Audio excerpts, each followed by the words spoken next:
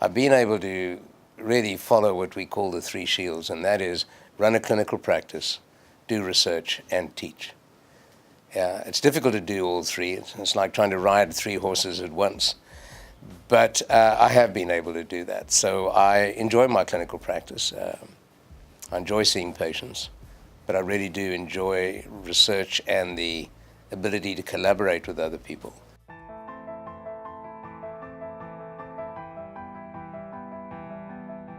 There's so many interesting areas.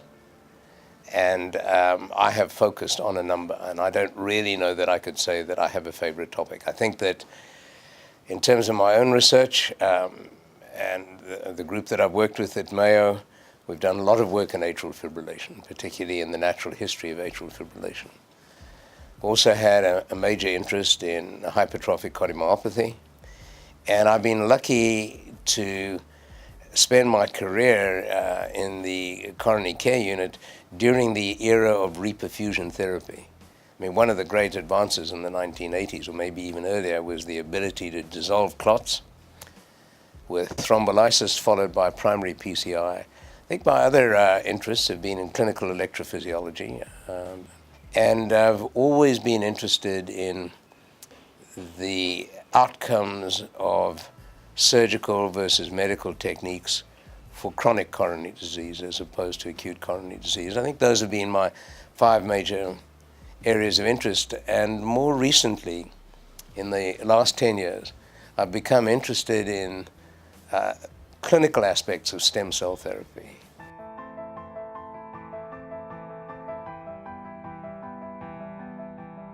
Well, the world is changing, and change is a fact of life, and there always has been change.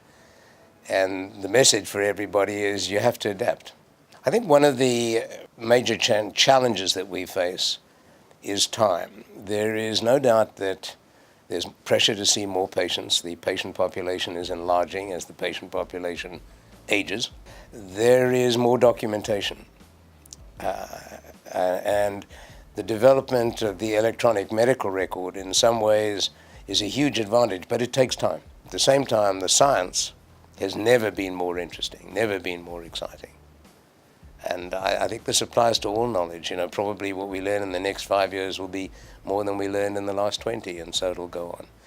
Then the other challenge, which is interesting, is this whole concept of, quote, big data. You know, the airlines use it, industry uses it. And medicine has been late to adopt the concepts of big data, and we're very much in a learning phase.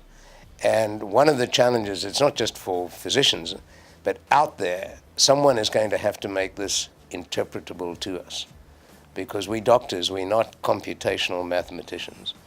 And that's, I think, going to be very interesting. How do we use big data? I mean, what are we going to learn from it? I think it's coming. It's a little bit of a cliche at the moment. Big data, yeah.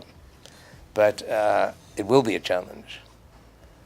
And it's going to be exciting, I think, to be part of that.